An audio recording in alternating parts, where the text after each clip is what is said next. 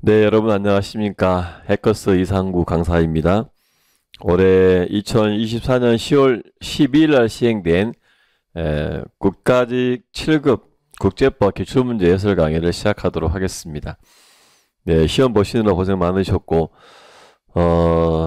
또 이미 지금 실력 성적이 다 나온 상태이긴 하고 대부분 좀 만족할 만한 점수를 받은 것으로 보여지고 만점자도 좀 많이 있는 것 같고 네, 그렇습니다.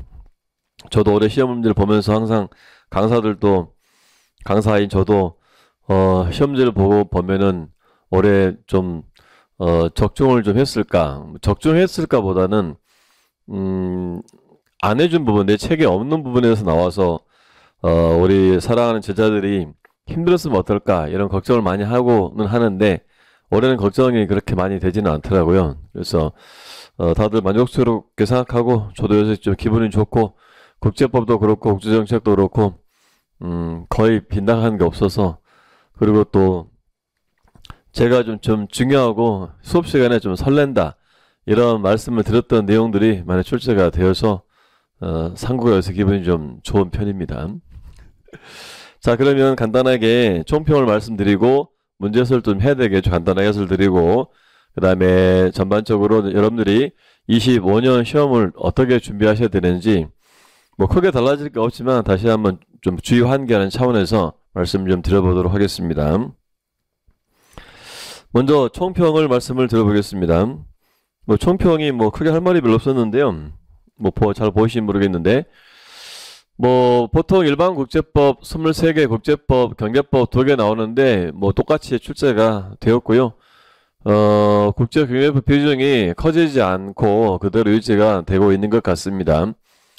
그 조약 문제를 제가 세알려 보니까 약 15문제가 출제가 됐고요. 그래서 국제법은 역시 조약과 판례구나를 알 수가 있는데요. 다만 이제 조약 문장보다는 조약의 전반적인 내용을 묻는 문제가 주류를 형성했다고 보여지더라고요. 조약 문장을 그대로 가지고 와서 한 문장 바꾸는 이런 것들은 많지는 않았어요. 다만 그래도 올해도 여전히 뒤에 그 우주조약 같은 경우는 8조였던가 한 조약 조항을 가지고 와서 문제를 만들었는데 저도 한참 들여다봤거든요. 어디가 이렇게 틀렸는지. 그래서 그런 문제도 여전히 있었기 때문에 뭐 뒤에 말씀드리겠지만 조약 공부를 하는 것은 전반적인 내용을 정리하는 것 하나, 두 번째는 조약 문장으로 나오는 문제들을 대비하기 위해서도 반드시 조약식 공부를 특히 7급에서는 공부를 해야 된다 이런 생각이 좀 들었습니다. 그래서 뭐 방송 촬영을 하는 와중에도 알바를 하는 와중에도 계속 조약 공부를 하는 것이 굉장히 중요하다고 볼 수가 있겠습니다. 자, 그 다음에 판례가 포함된 문항이 총 18문항이었습니다. 제가 세알려 보다가 깜짝 놀랬거든요. 18개나 냈네?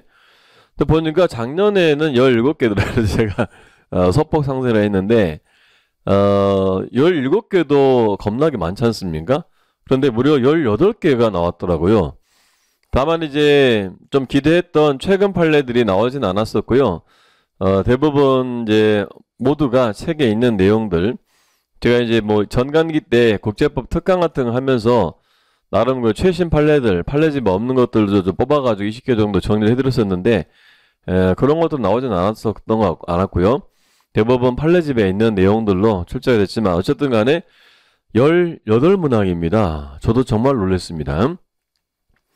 24년 9급 같은 경우는 판례가 한 7개 정도였었거든요. 그래서 7급에서는 판례가 참 많이 나오는구나 이렇게 볼 수가 있습니다. 그 다음에 국제경제법은 뭐 뒤에서 보겠지만 논점이 아주 쉽지는 않았던 것 같아요. 가트에서 전부 출제가 됐고요. 지금 시험 범위가 거의 벗어나지 않습니다. 가트하고 설례법점 분해결 양의 그 세 파트에서 나오는데, 그래서 유혹을 느끼실 수도 있습니다. 다른 파트는 하지 말까 할 수도 있는데 필패 전략이다. 수험생은 경제법에서 특별히 그런 파트를 배제하지 않았으면 우리가 자의적으로 배제할 수가 없다고 생각이 됩니다. 그 처음 출제된 논점을 제가 살려보니까 굉장히 많았어요. 국제기구 공동책임, 제가 계속 강조했던 공동책임 문제. 그 다음에 침략 범죄가 드디어 출제가 됐고요. 처벌 범위에 대해서 지도자 범죄이기 때문에 단순 가담자는 처벌하지 않거든요. 그런 거 처음 나왔고, 그 다음에 콩고 사건에서 강행기범이 언급됐거든요. 강행기범이 언급된 판례들이 출제가 된 판례가 나올 것 같은 나왔었고요. 남녀 동등권 드디어 데로게이션 죄악 이행 정지 계속 노래 불렀던 거. 그 다음에 요 우주물체 소유권과 관할권 차이는 요게 제가 볼 때 올해 시험제 중에서 제가 보기에는 가장 어렵게 냈던 문제로 보여지고요. MV 버지니아 지오 사건, 사이가우 사건하고 대비되는 판례인데 역시 처음 나왔고, 드디어 98 금영호 사건도 출제가 됐었습니다.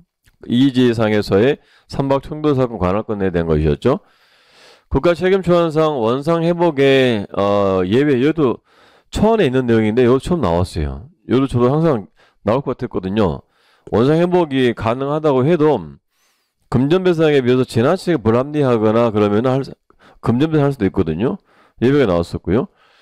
이 절차적 의무 위반에 대한 손해배상 방법에서 이거 만족이거든요. 만족. 이것도 처음 나왔고, 무효인 유죄 효력에 대해서 뭐 분리론 이런 것들 나왔고요. 해석선언, 제네바 추가적 적용 범위 1 의정사하고 2 의정사 적용 범위 다른데 나왔고요. 드디어 비준수 절차 나왔습니다. 교토 몬트리올 의정서에 있는 거죠. 비준수 절차. 그 다음에 행정지도에도 좀 나와요. 행정지도에 적용되는 거고요. 그 다음에 국경수 조정도 나왔습니다. 국경수 조정은 제가 수업 시간에 설명을 해드리는 부분이거든요. 국경수 조정은. 그래서 수업을 정확히 듣지 않았으면은 처음 들었는데 이렇게 볼 수도 있는 겁니다. 국경세 조정. 네. 그래서 이렇게 체감 난도가 그렇게 쉽지 않을 수도 있는데 상당히 이제 다른 논점들이, 그러니까 답을 찾는 게 좀 되게 쉬웠던 것 같아요. 그래서 이제 체감 난도는 좀 쉽지 않았을까 생각이 좀 되었고요. 그래서 6번은 뭐 상구 잘났네 이런 말 하는 느낌 드는데 처음 출제된 논점들이 많았음에도 불구하고 기본서나 강의를 통해서 충분히 숙지하는 드림으로 체감 난도가 높지 않은 것으로 보였습니다. 제가 해설 준비하다 보니까 새로운 게 되게 많은데 왜 수험생들이 쉽게 느꼈을까 이런 거였다고 생각이 됐어요. 제 얘기를 하는 게 아니고 수업에 했던 내용들이 나와서 기분이 좀 좋다 이런 말씀 드리는 것 같고, 뭐 그렇습니다. 자, 그러면 바로 한번 해설해 볼게요.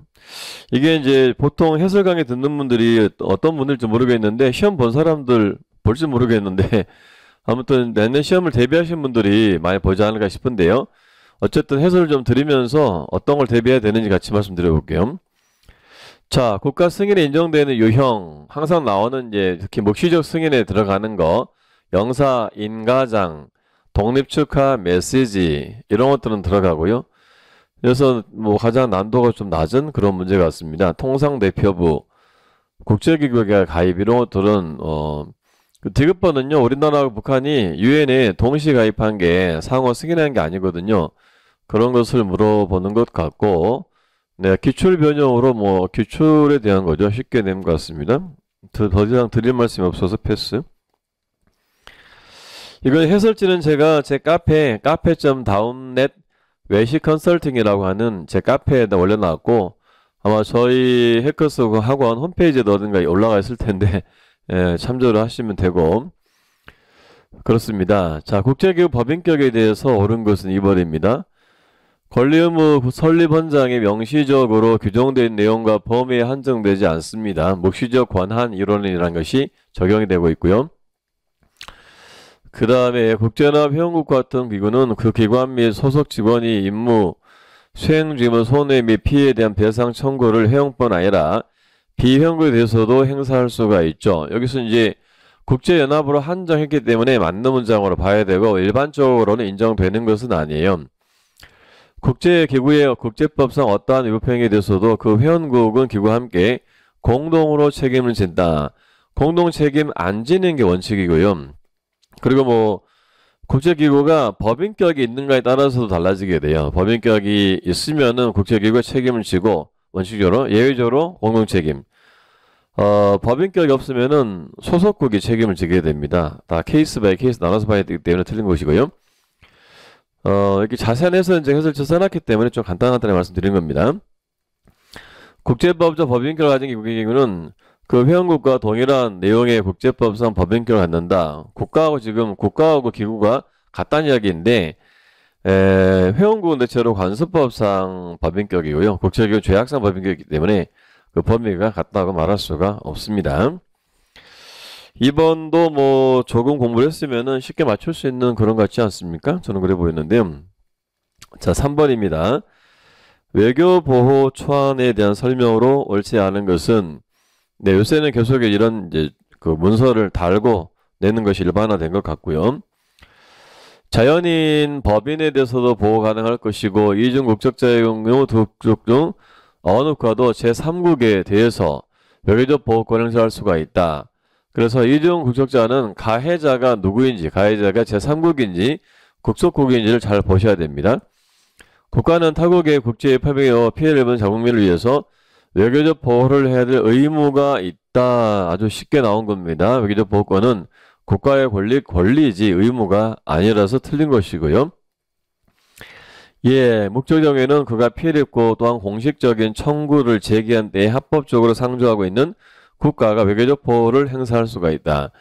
그래서 이런 문장들은, 이런 그 선지들은요, 이 초안 규정을 그대로 가져온 거거든요. 그래서 여러분 뭐 많이 하시겠지만은 초안 공부를 열심히 계속 반복해서 보시면서 느낌을 가지고 있는 것도 상당히 중요하다고 생각을 합니다. 네, 다음 4번 늘 나온 우리나라 범죄인도법인데요. 옳지 않은 것은 그렇습니다. 네, 1번은 이제 인도적 고려 원칙을 합니다.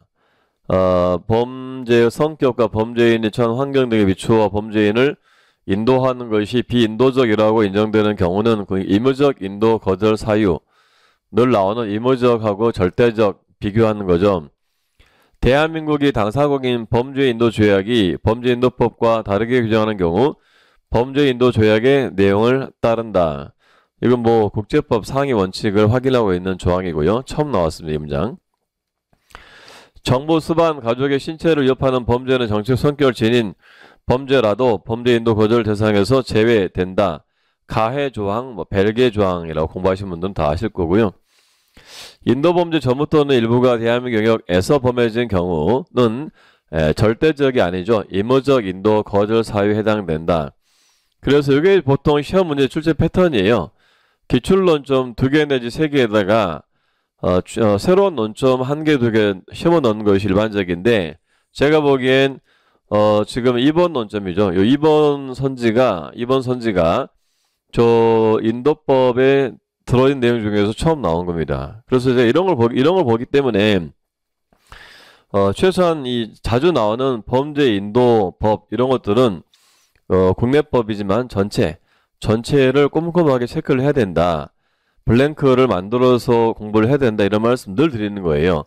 지금 이 논점은 조약을 안 받더라도, 법을 안 받더라도 유출할 수가 있는데 생각을 해야 됩니다. 생각을 해야 되기 때문에 그 법을 읽어놨으면 쉬운 거예요. 그 법에 보시면은 뭐 45일, 뭐 2개월 이내 이런 숫자도 많이 나오거든요. 그 절차 이런 거, 뭐 검찰이 뭐 검사에게 통보를 하고 이런 내용들이 막 나오더라고요. 그런 내용들을 작심하고 내면은 굉장히 어려워요. 안 나온다고 단정하시 절대 안 돼요, 여러분들. 그래서 조약집에 들어가 있는 그런 법들은 최소한 가급적 공부를 전부 다 하셔야 된다. 이 법은 당연히 필수적으로 하셔야 되는 법이죠. 자, 로마 규정에 따른 국제형사재판소 관할 범죄 ICC도 매년 한 문제씩 늘 나오더라고요. 한 집단의 아동을 타 집단으로 강제 이주하는 집단 살해죄를 구성하는 행위는 행위 유형이다. 그렇습니다. 요것도 제가 5가지가 열거돼 있어서 암기를 하라고 말씀드리거든요. 5가지 중에 하나가 저게 강제 이주. 다만 집단 살해죄는 특정 집단 말살 의도를 가지고 저런 행위를 해야 제노사이드에 들어가거든요. 또 인도에 관한 죄가 성립하기 위해서는 행위자가 아무튼 1번 처음 나왔습니다. 행위자가 광범위하거나 체계적인 공격의 일부로서 그 공격에 대한 인식을 갖고 행해야 된다. 이것도요, 로마주의 문장을 거의 그대로 낸 부분이에요. 그 다음에 전쟁 범죄는 국제적 무력 충돌에 적용되는 법과 관습에 위반되는 행위 하나고, 비국제적 무력 충돌에 적용되는 법과 관습에 위반 행위를 포함하지 않는다. 네, 제가 항상 그 내전이죠. 내전 시에도 전시인도법이 적용된다라고 늘 말씀드렸고, 그리고 내전 시에 전시인도법 적용되니까 그 인도범죄가 체계적이고 대규모로 이루어지게 되면은 로마 조약이 적용된다라고 말씀드렸었죠. 이것도 처음 나온 논점이네요. 뭐 제 기억이 뭐 정확하지 않을 수도 있는데 제가 이제 기출을 많이 봤기 때문에 말씀드리는 것이고요. 국제범죄로서의 침략범죄로 처벌되는 대상에서 침략행위에 동원된 단순 참가자는 제외됩니다. 그래서 보니까 1번, 3번, 4번이 처음 나온 논점이에요. 공부를 계속 우리가 했기 때문에 쉽게 느껴지는데 처음 나온 논점입니다. 2번 논점은 이제 인도에 대한 죄가 뭐 한 문제로 나왔기 때문에 공부를 많이 하시는 건데 2번도 이제 그 문장, 조약 문장 자체가 출제가 된 것입니다.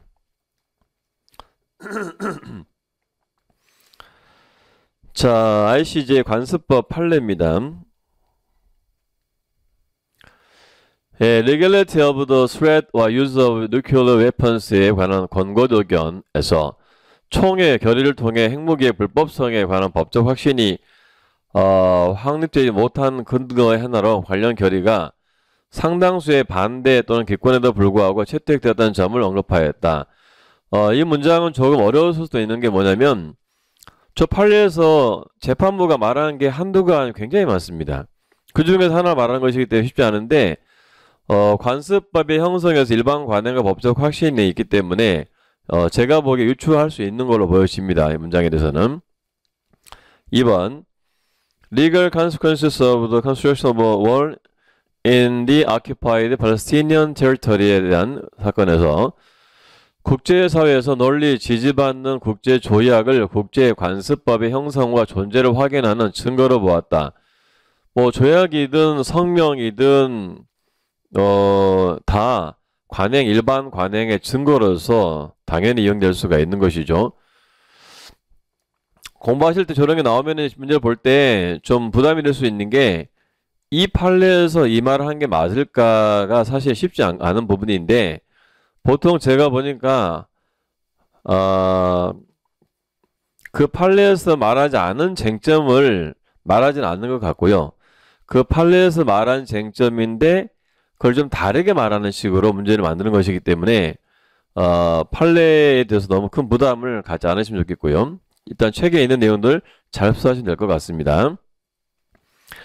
어사일럼 사건 중남미 국가의 특유한 지역 관습이 형성될 수 있는 가능성 자체를 인정했으나 해당 사건에서 콜롬비아가 주장하는 내용의 지역 관습법 존재를 인정하지 않았다. 늘 뭐 쉬운 기출론점이고요. 노스 컨티넨탈 쉘프 사건에서는 관습국제법은 오랜 시간을 거치면서 확립되는 일반 관행에 기초하므로 단기간에 성립할 수 없다고 하였다.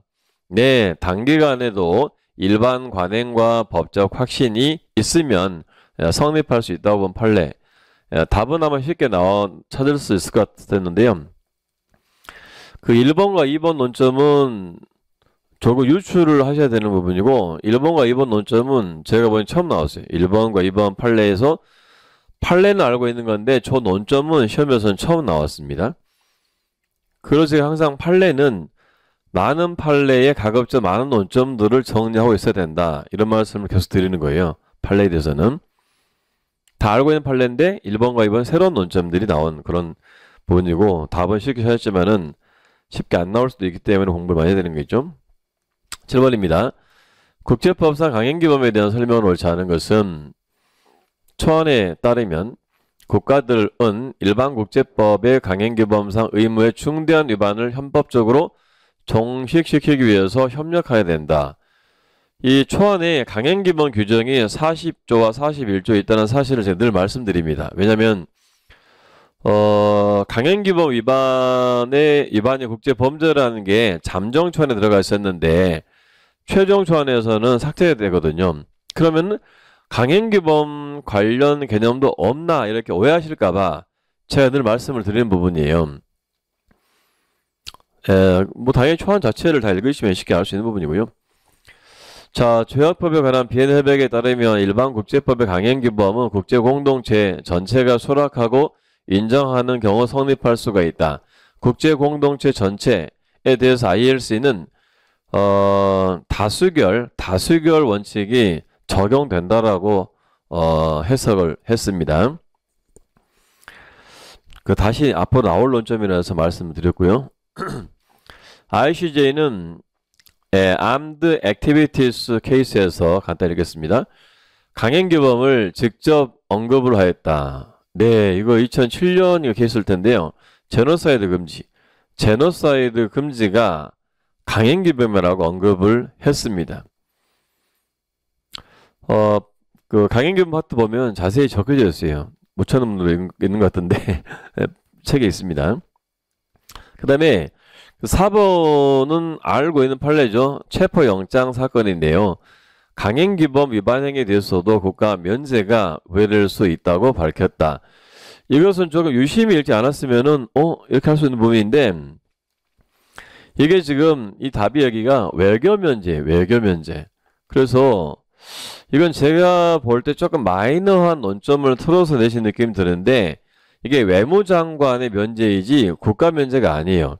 근데 사실 외무장관도 국가로 볼 여지가 있기 때문에 국가 공무원으로 그래서 제가 보기엔 조금 마이너하게 낸 것 같다 생각이 들고요. 물론 이제 출제자 입장에서는 아니 이게 인적 면제이기 때문에 공무원의 행위하고 상관이 없어서 그러면 국가로 귀속이 안 되니까 국가 면제가 아니지 이렇게 반박할 것 같긴 합니다만은 어쨌든 간에 여기는 외교 면제입니다.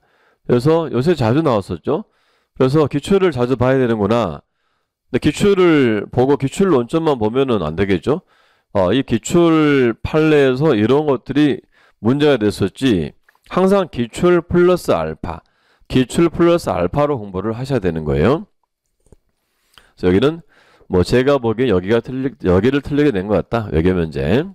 또는 외무장관의 인적 면제죠. 외무장관의 인적 면제가 부여될 수 있다고는 했습니다. 네, 국가 승계 문제, 국가 승계도 지금 뭐 거의 매년 출제가 되어서 승계가 저는 그렇게 중요한가 하는 생각이 들긴 하는데 어쨌든 이제 출제의 관성의 법칙인 것 같아요. 최근에 나오고 있는 부분, 뭐 전시인도법이라든지 ICC라든지 뭐 국가 승계라든지 이런 것들은 제가 보기에 좀 마이너해 보이는데 ICC 빼고 계속 나오고 있죠. 출제 관성의 법칙이라 생각되는데요. 자, 국가 승계에서 조약 현계 이동 원칙이란 영토 일부 이전의 경우에 승계의 조약이 새로이 확장 적용된다는 거. 그래서 조약의 적용 범위가 바뀌는 것을 말해요. 2번 승계국이 일방적 선언만으로 제3국과의 관계에서 기존 조약상의 권리 의무가 승계국의 권리 의무로 유지가 된다. 지금 이게 다자조약하고 양자조약을 구분하셔야 되는데 지금 제3국 그랬으면은 제가 보기엔 양자조약을 말하는 것 같아요. 양자조약이면은 일방적 선언밖에 안 됩니다. 통고만 밖에 안 되고 합의 제3국과 합의를 통해서 승계할 수 있거든요. 그래서 일방적 선언 저기가 틀린 걸로 보여지고요. 조약에 의해서 설정된 국경은 조약의 국경 국가 승계에 따른 영향을 받지 않는데요. 이것은 당연히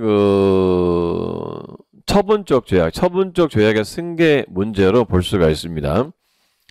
개인에 대한 직접 적용을 목표로 하는 인권조약의 자동적 국가 승계가 관습국제법으로 확립되어 있다. 네, 이 논점 중에 있는데 처음 나왔습니다. 1번, 2번은 기출논점이고요. 1번도 처음 나왔다. 1번, 2번 지금 보니까 1번, 2번, 3번, 4번 다 처음 나왔어요. 다 처음 나왔는데 우리가 계속 모의고사를 풀었던 문제 같습니다. 그래서 좀 난도는 쉽게 느껴졌을 것 같습니다. 인권조약의 자동승계 드디어 나왔습니다. 최소한 이제 관습이라고 보기는 어렵습니다. ICJ에서도 저것을 정면으로 ICJ가 다른 바는 없어요. 자, 국가 관할권입니다. 입법 관할권에 영토적 한계가 없다는 것은 뭐 삼척 동자도 아는 것일 거고요. 로터스 사건에서 상설국제사법재판소는 공해상 등록국이 서로 다른 두 선박의 충돌 사고에 대한 형사 관할권을 두 선박 등록국 모두 행사할 수 있다고 봤습니다. 그래서 가해선은 주관적 속죄주의, 그리고 피해 선박이었던 튀르키예 선박 같은 튀르키예 같은 경우는 객관적 속죄주의에 의해서 관할권이 있다고 봤습니다. 실제로는 튀르키예가 객관적 속죄주의에 따라서 관할권 행사했었고요. 외국인이 대한민국 영역 밖에서 우리나라 국민을 상대로 범죄를 저질렀으니까 우리나라 법원은 피해자 국적주의 내지는 수동적 속인주의죠. 수동적 속인주의. 이것은 개념은 쉬운 거고요. 공해 또는 국가 관할권 밖에 어떠한 곳에서라도 모든 국가가 해적선의 납포를 할 수 있도록 한 해양법에 관한 유엔 국제연합 협약 규정은 해적선에 대한 국가의 보편적 관할권 행사를 허용한 것이죠. 그래서 뭐 임의적 보편 관할권이고, 이 문제는 뭐 그냥 아주 쉬운 문제로 된 것 같습니다.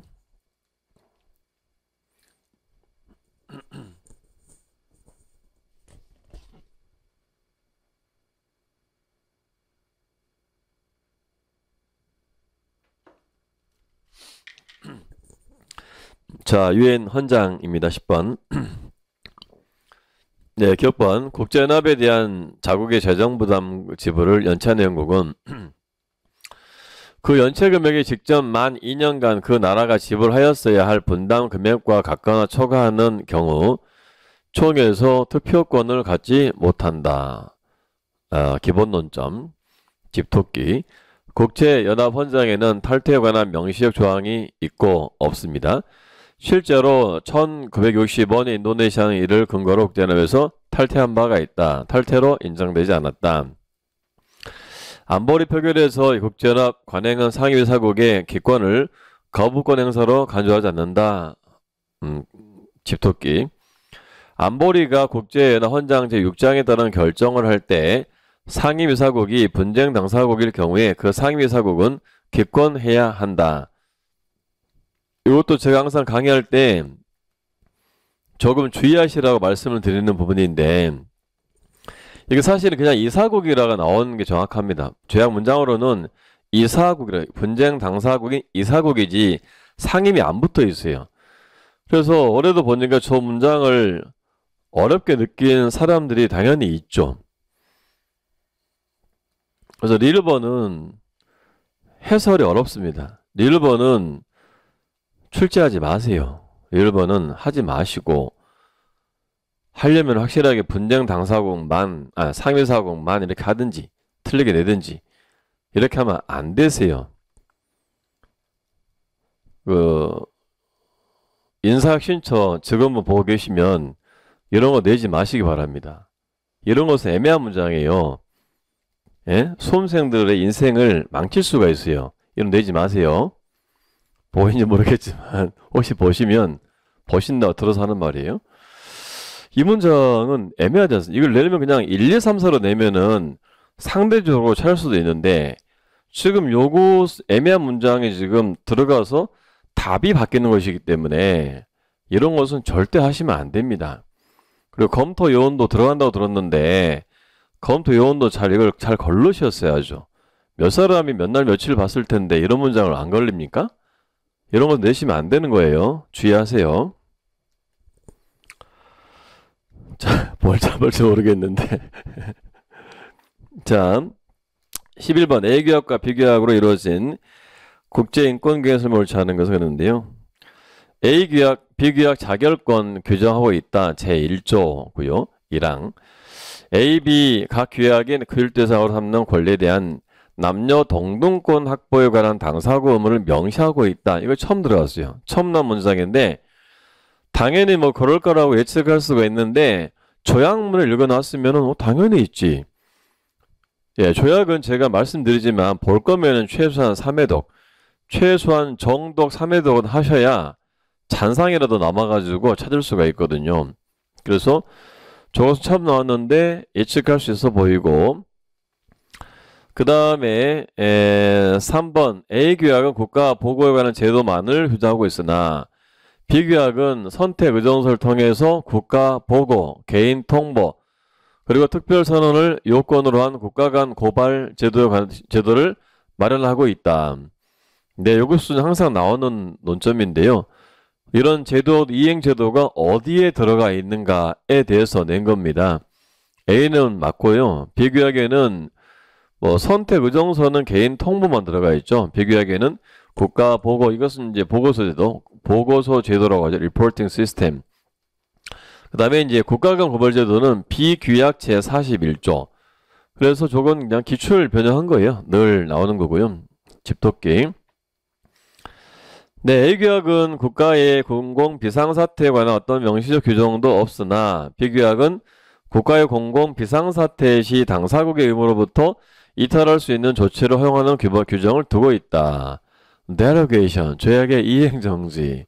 드디어 출제가 되었습니다. 기쁨의 웃음이 나오는 것 같은데요.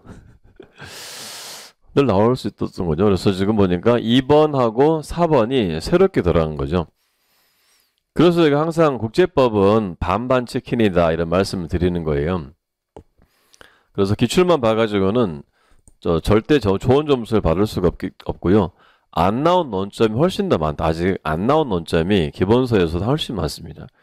그래서 어렵겠지만은 일단 기본서 논점 열심히 보시고 또 상구가 공부를 좀 더 이렇게 넓게 하게 되면 문제집이나 다른 요약집에 새로운 내용이 들어가는 경우가 있습니다. 국제법은 그럴 수밖에 없어요. 가끔 이제 다른 과목, 다른 법과목 생각하시고 왜 새로운 논점이 계속 나와요? 이렇게 말씀하시면 저도 막 당혹스러운데 국제법 점수를 잘 받으시려면 조금씩, 아주 조금씩이라도 좀 확대해서 공부를 하셔야 돼요. 그래서 공부를 많이 하신 분들도 기본서를 다시 보거나 또는 시간이 여유가 되시면 단행본 등을 통해서라도 논점 보완을 하셔야 되고, 혼자 보기 힘드시면 패권반에 패권반에 오시면 교수님 책을 가지고 공부를 하기 때문에 패권 B반, 원래 패권반 A반과 B반을 나눕니다. 그래서 B반에 오시면은 단행본을 좀 더 충실하게 강의를 해드리겠습니다. 그렇습니다. derogation 기분이 좋습니다. 나와서. 자, 해협에서 통항질서 옳은 것을 그랬습니다.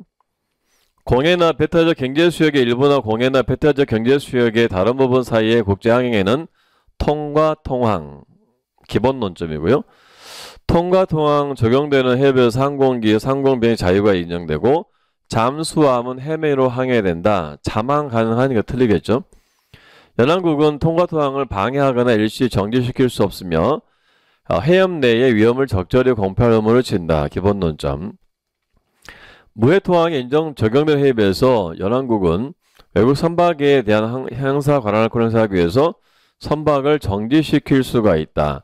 이게 지금 뭐 사실 애매하게 나오긴 했는데 해협에서 일반적인 무통은 일시 정지 불가입니다. 다만 이제 해협의 영해 외측에 유사하게 편리한 수로가 있는 경우는 해협 내에서 무통인데요. 일대는 일시 정지 가능할 수 있어요. 그러니까 지금 일본은 좀 애매하게 됐는데 공부를 좀 많이 한 사람들은 애매할 수가 있어요. 근데 이건 제가 보니까 일반론, 해협에 대한 일반론적인 관점에서 특별한 말이 없으면 그냥 일반적인 해협 제도를 가지고 문제를 푸는 게 맞겠구나 그런 생각을 하게 됩니다. 이건 전부 다 기출론 좀 쉬운 문제입니다. 그 다음에 13번이 저도 한참 들어본 문제라고 말씀드렸는데 쉽지 않은 문제입니다. 달과 기타 천체를 포함한 유기권의 탐색과 이용에 있어서의 국가 활동을 규율하는 원칙에 관한 조약상 외교권에 발사된 물체 등록국 원리에 대한 설명으로 옳은 것만을 모두 고르면, 그래서 이 우주조약이 보통 우주책임조약이나 구조반환조약이나 등록협정 이런 그 세부 조약들이 자세하게 나온 적이 있어도 달조약이 자세히 나온 적은 제 기억상 없거든요. 이건 달조약, 이게 8조였던가? 8조. 8조 하나를 가지고 문제를 만들었더라고요. 그래서 이 문제는 제가 느끼기엔 상당히 어려웠겠다, 이런 생각이 듭니다. 8조를 먼저 읽어볼까요? 보시면은 8조가 천체에 착륙 또는 건설된 물체와 그 물체의 구성 부분을 포함한 외계권에 발사된 물체의 소유권은 동물체가 외계권에 있거나 천체에 있거나 또는 지구에 귀환하였는가에 따라 영향을 받지 않는다. 그래서 여기 보니까 소유권이죠. 소유권. 그래서 소유권하고 관할권, 이것을 좀 구분해서 봐야 되거든요. 소유권과 관할권. 그래서 우주선이 우주물체가 우주에 가게 되면 당연히 소유권은 발사국이 갖겠죠. 근데 그 물체가 다른 나라에 떨어지게 되면 관할권은 그 다른 나라가 갖는 거예요. 그래서 이제 반환 문제가 생길 수가 있는 것이고 그런 건데, 자 보시면 외계권 발사 물체의 소유권이죠. 소유권은 물체가 외계권에 있느냐 지구에 귀환에 따라서 영향을 받지 않습니다. 8조. 그런데 지구 외계권 발사 물체의 관할권이죠. 관할권은 물체가 외계권에 있느냐 지구의 귀환에 따라 영향을 받습니다. 다른 나라로 가게 되면 다른 나라가 관할권을 갖는 거예요. 관할권. 그 영토에 들어갔으니까.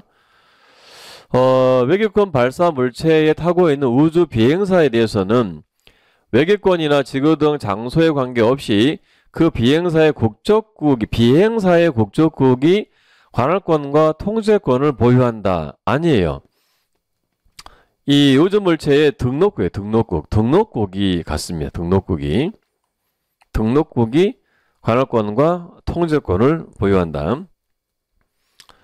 외계권 발사 물체가 등록국 밖에서 발견된 것은 등록국에 반환돼야 합니다. 이건 조약상의 의무라고 보시면 되고요. 그래서 요새 그 우주 관련 조약들이 심심치 않게 나오고 있는데, 우주 조약 관련 조약들의 규정들을 디테일하게 내고 있습니다. 머릿속에 확실하게 들어가야 돼요. 그리고 아직 안 나온 게 되게 많아요. 읽어보니까 중요한 논점들이 많습니다. 그 국제기구가 우주 활동을 할 때 가해자나 피해자가 될 수 있는데 그 책임 문제가 우주 책임 조약에 자세히 나오거든요. 그런 부분은 내년에 출제될 가능성이 상당히 높아 보이거든요. 아직 안 나왔어요. 그래서 그냥 중요한 부분이니까 내년 대비하신 분들은 그 조약을 반드시 상세하게, 특히 7급 하신 분들은 상세하게 읽으셔야 돼요. 조약 문장이 더 자세히 나올 수가 있어요. 어렵게.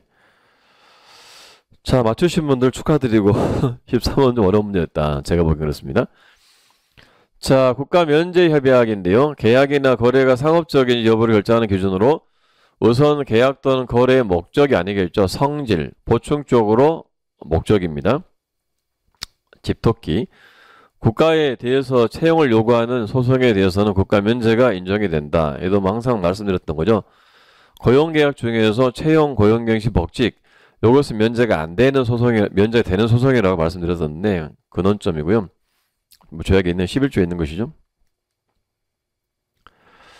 불법행위가 법정지국에서 발생하고 불법행위자가 행위 당시 법정지국에 소재하며 사망, 기타 인적 피해나 유형적 재산 피해에 대해서 금전적 보상을 주장하는 손해배상 소송에 대해서는 주권 면제가 부인된다. 이것은 12조 문장을 그대로 낸 겁니다. 법정지국에 소재하는 부동산에 관한 소송에 대해서는 국가 면제가 인정되지 않죠. 면제가 제한되는 소송에 들어가죠. 이것은 뭐 집토끼 쉬운 문제로 보여지는데 하여튼 그 초안 내용이 그대로 나온다는 것을 알 수가 있습니다. 자, 해양법 제도에 대한 설명으로 옳지 않은 것은 15번. 대륙붕에 대한 여러 주권적 권리는 명시적 선언이나 점유를 필요하는 점에서 국가 고유의 권리로서 성질을 갖는다. 원시 취득 집토끼 논점이고요. 국제해협 내 통과 통항은 영해에 대한 연안국의 주권을 더욱 제한하는 제도이다. 통과 통항권은요, 통항하는 국가의 권리가 더 강해요. 그러니까 주권을 더 제한, 그러니까 무해통 통항보다 더 제한 그런 말이에요. 타국은 연안국의 배타적 경제수역 내에서 항행의 자유, 상공, 비행의 자유. 공에서 추적권은 피축선이 그 국적권 제3국의 배타적 경제수역이 아니죠. 영해에 들어감과 동시에 소멸한다. 이건 아마 작년에도 나왔던 논점 같은데 연속 출제가 된 것이고, 이런 것은 뭐 그냥 가져가세요. 얼른 가져가세요. 집토끼 쉬운 거. 이런 것은 다 쉽게 낸 겁니다. 배타적 경제수역입니다. 16번입니다. 오타인데 16번입니다. 자, 네, 배타적 경제수역에서 발생한 선박의 충돌이나 상행사고에 대해서 연안국 선박이 피해를 입은 경우에 선박에 개국된 연안국이 형사관할권을 행사할 수가 있다. 여기도 마찬가지입니다. 이게 98, 제가 보니까 98 금양호 사건을 낸 것 같거든요. 공해와 마찬가지로 가해선의 개국 관할권입니다. 98 금양호 사건 드디어 나왔습니다. 그 다음에 MV 사이거 사건에서 연안국은 제3국 선박이 연안국의 배타적 경제수역에서 다른 선박의 연료를 판매한 행위, 벙커링이죠. 벙커링에 대해서 관세법을 적용할 수 없다고 하였고, 그 관세법 위반을 이유로 추적권 발동했기 때문에 위법이라고 봤습니다. 대양국과 인접국 간 배타적 경제수역 경계를 중간선 원칙과 등거리 원칙에 따라서 확정하도록 규정하고 있다. 형평의 원칙, 집토끼 논점이고요. 그 다음에 MV 버지니아 지호 사건 처음 나왔어요. 드디어 연안국의 배타적 경제수역에서 어로활동하는 선박에 연료를 공급하는 제3국의 선박을 규제할 수가 있다고 봐. 이것은 이제 MV 사이거 사건과 달리 이것은 어로활동이죠. 어로활동하는 선박에 연료를 공급하는 것은 이것은 어로 관련 활동이기 때문에 이지 관련법을 적용할 수가 있다고 봤고, 다만 저 선박을 몰수한 행위, 몰수 행위는 과도했다. 이렇게 해서 위법이라고 판단을 한 그런 케이스입니다. 그래서 1번 98 금양호 사건, 1번 MV 버지니아 지호 사건 처음 출제가 되었습니다. 예, 판례.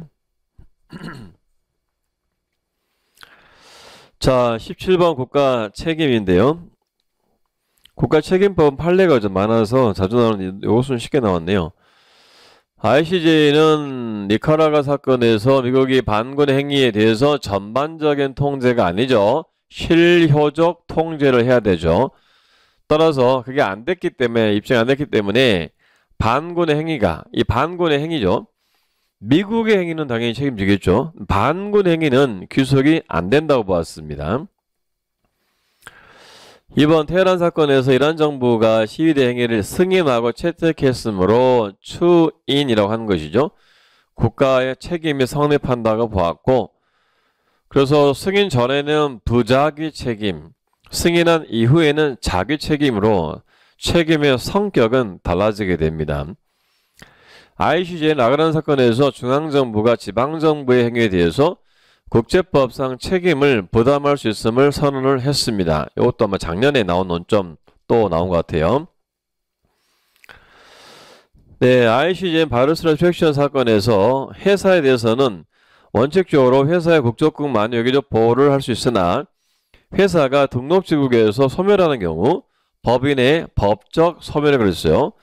법인이 법적으로 소멸하는 경우를 포함하여 주주의 국적국도 외교보호를 행사할 수 있는 가능성을 언급하였다. 2차적으로 할 수 있다고 했죠.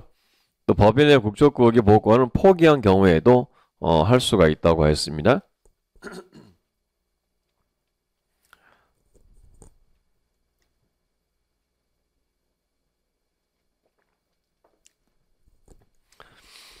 자, 또 국가 책임인데요. 네, 유책국은 원상회복 의무를 부담하나 금전배상 대신에 원상회복에 실시가 그에 따른 이익에 비하여 현저히 불균형적인 부담을 수반하는 경우라면 원상회복 요구되지 아니한다. 초안에 있는 예외 언급이 됐고요. 네, 유책국은 국제법령에 야기된 손해에 대해서 완전한 배상을 의무를 부담하며 손해는 물질적 또는 정신적 손해를 포함한다. 네, 이거 내년에 더 확대해서 나올 겁니다. 정신적 손해를 포함한다. 이 정신적 손해는 금전적으로 산정 가능한 손해를 말합니다. 따라서 국가의 정신적 손해는 없습니다. 국가 공무원의 정신적 손해는 금전적으로 계산할 수가 있기 때문에 포함이 되는 것이죠. 내년에 출제 예약 논점입니다. 정신적 손해가 어디까지냐. 원상회복이나 금전배상으로 전보될 수 없는 경우에 유책국은 만족을 제공해야 될 것이고, 국제사법재판소는 펄프밀 사건에서 자주 나온 케이스죠. 국가 간 통고 및 협의 의미의 절차적 위반에 대하여 원상회복으로 손해배상을 명하했다 그랬는데요. 이것도 1번, 2번, 4번이 처음 나온 논점인데요. 보니까 여기는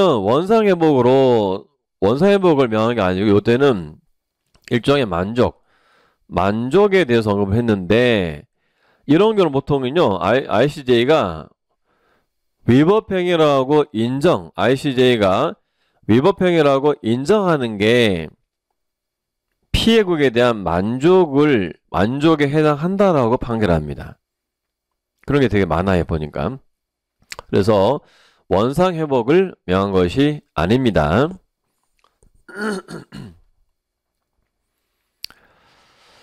자, 조약의 유보 해석선언 나온다겠죠? 해석선언 자주 강조했는데, 국제기구 설립조약에 대한 유보는 다른 당사국의 동의를 필요함이 원칙이다. 제가 자주 주의하라고 말씀드립니다. 이것은 다른 당사국이 아니고 그 기구 내에 관련 기관이 동의해야 되거든요.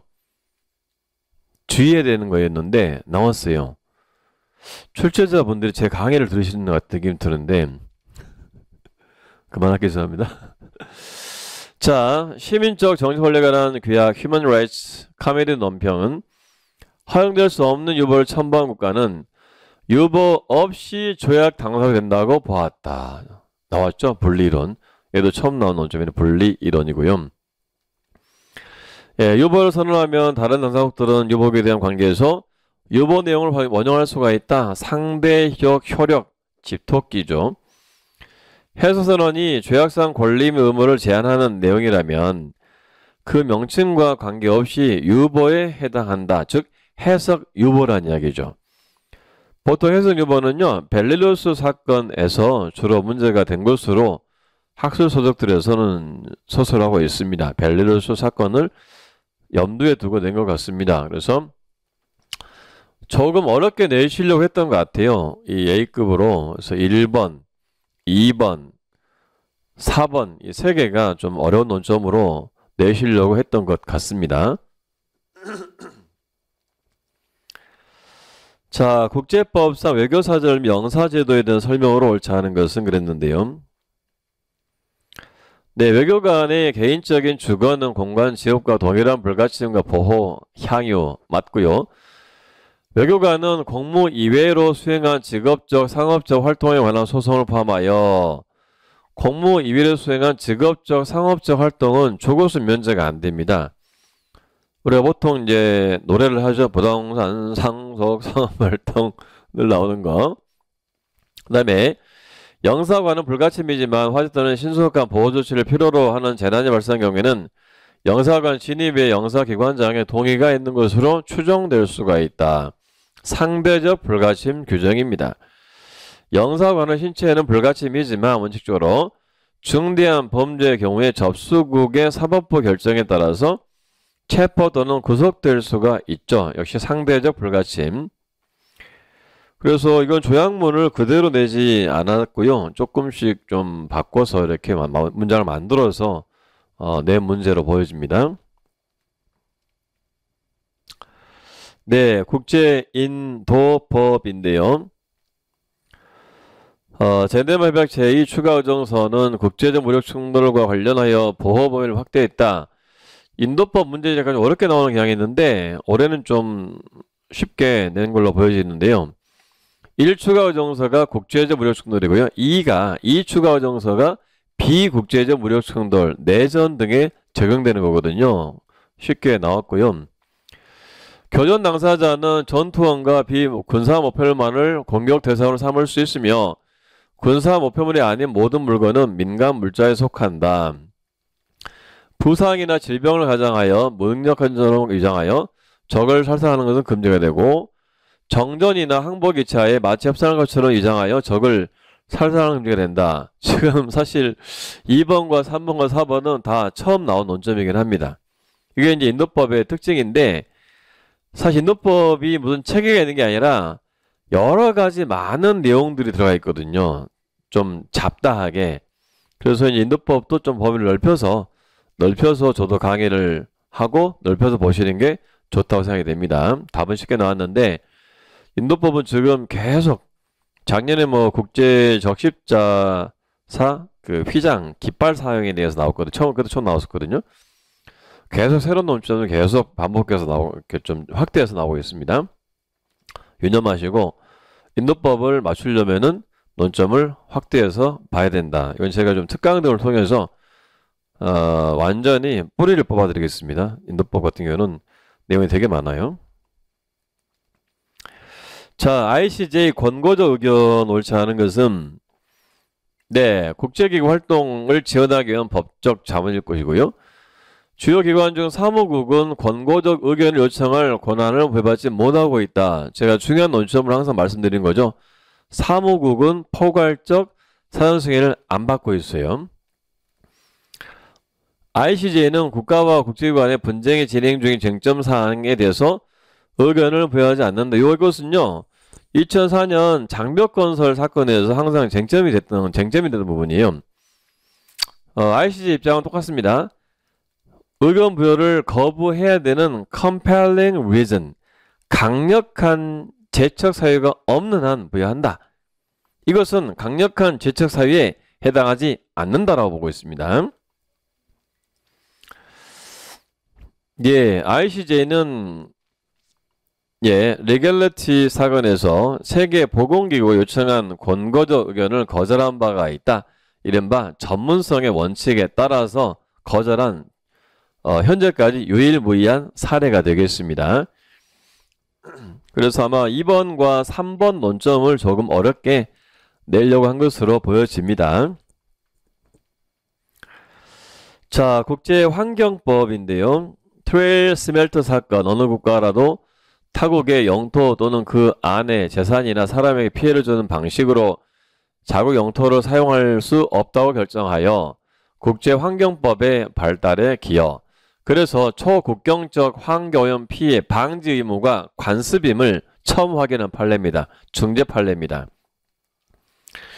환경오염을 예방하기 위해서 인간의 활동이 환경에 미칠 영향을 평가하는 환경영향평가는 아직까지 국제법상 국가의 의무로 인정되지 않는다. 이것은 이제 집토끼의 논점이죠. 관습임을 펄프밀 사건에서 이미 확인을 한 바가 있죠.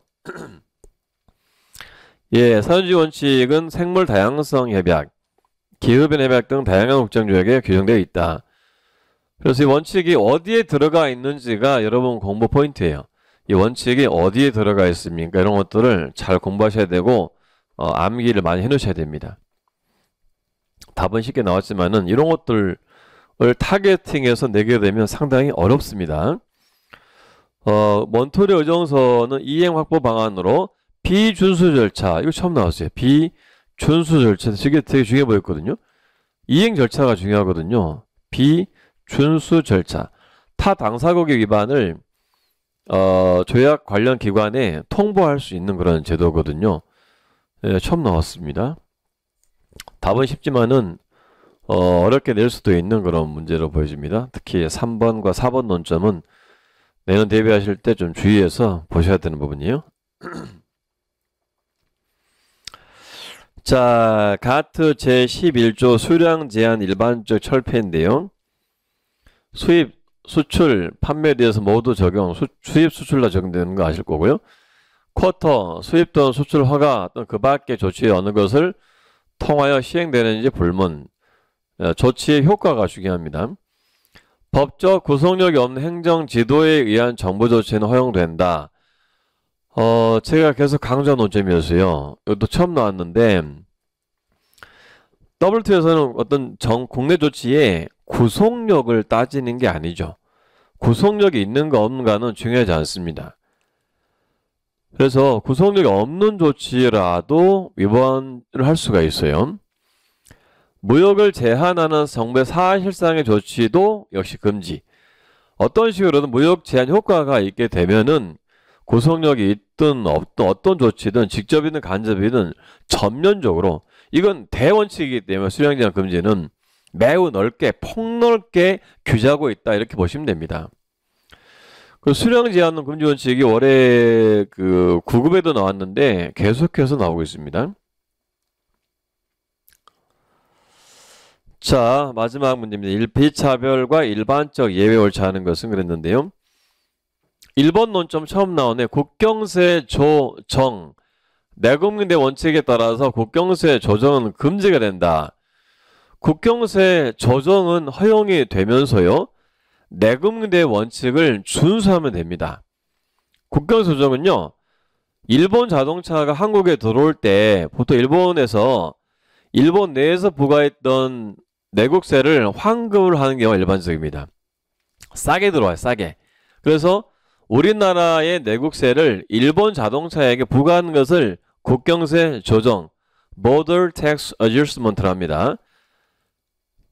우리나라에 부과되고 있는 내국세를 수입품에 대해서 부과하는 것이 국경세 조정이고요. 이때 당연히 내국민대 원칙을 준수해야 되겠죠. 동종 상품이면은 초과 과세 만들 것이고 직접 경쟁 또는 대체 가능 상품이라면은 유사하지 아니하게 과세하면 안 될 것입니다. 즉 최소 허용 수준을 넘어서면 안 되는 거란 말이죠. 허용됩니다. 처음 나온 논점이에요. 국경세 조정을 처음 들어본 사람이 있을 수도 있어요. 제 수업을 유심히 안 들으셨더라면. 20조 지오의 천연, 유한, 천연자원, 생물, 무생물, 집토끼고요. 상소기구는 미국 바다거북 새우 사건, US 쉬림프 케이스로 하면 되는데요. 20조 각호 해당 여부를 검토한 후에 두 번 요건의 충족 여부를 검토해야 한다고 보았다. 2단계 접근법. US 개솔린 사건에서부터 확정된 것으로 출제된 바가 있죠. 상소기구는 이시 성면 사건에서 20조 비호를 원형하기 위해서 다수의 과학적 견해를 따를 의무는 없다고 보았다. 이 논점도 처음 나온 논점이 되겠습니다. 그래서 이 문제는 아마도 저거 어렵게 내시려고 한 것 같고 제가 보기엔 국제경제법 교수님이 들어가신 것 같다 이런 생각이 들고요. 그런지는 확인할 수는 없는데 국제경제법 교수님이 들어가시면 경제법 문제 좀 어렵게 나옵니다. 제가 볼 때는 어렵게 내시려고 한 것 같아요. 아무튼 국제경제법 최소한 가트 판례 지금 다 가트죠. 가트 판례들은 최소한 꼼꼼하게 체크하셔야 되고 또 우리나라 관련 케이스는 어느 파트에 있는 거라도 촘촘하게 언제든지 나올 수가 있어요. 우리나라 판례는 언제든지 나올 수가 있다고 생각합니다. 자, 좀 간단하게 말씀을 드렸는데요. 마지막으로 자, 어떻게 할까? 잘해야 되겠죠. 자, 간단히 좀 말씀드릴게요. 향후 대응 방안. 다 아는 건데 다시 정리해 드리는 겁니다. 첫 번째, 기본서, 판례, 조약 등 기본 교재를 충실히 학습하는 것이 가장 중요합니다. 부담이 된다고 해서 안 보거나 하시면은 공부를 하지 않아야 됩니다. 나는 그냥 기본서 하나만 볼래. 안 됩니다. 판례집, 조약집 일부러 양을 늘려놨니? 그렇게 생각하시는 분들은 보지 마세요. 근데 내가 합격을 위해서 좀 철저하게 공부를 해야 되겠다 생각하시는 분들은 판례집, 조약집 하나의 기본서로 생각하시고 촘촘하게 최소 3회독 이상 보시기 바랍니다. 조약이나 판례는 가능하면 확대해서 공부를 하되 본인의 학습 기간을 고려하여 어느 정도 조절할 수 있어야 되는데 판례집은 꼭 봐야 되고요.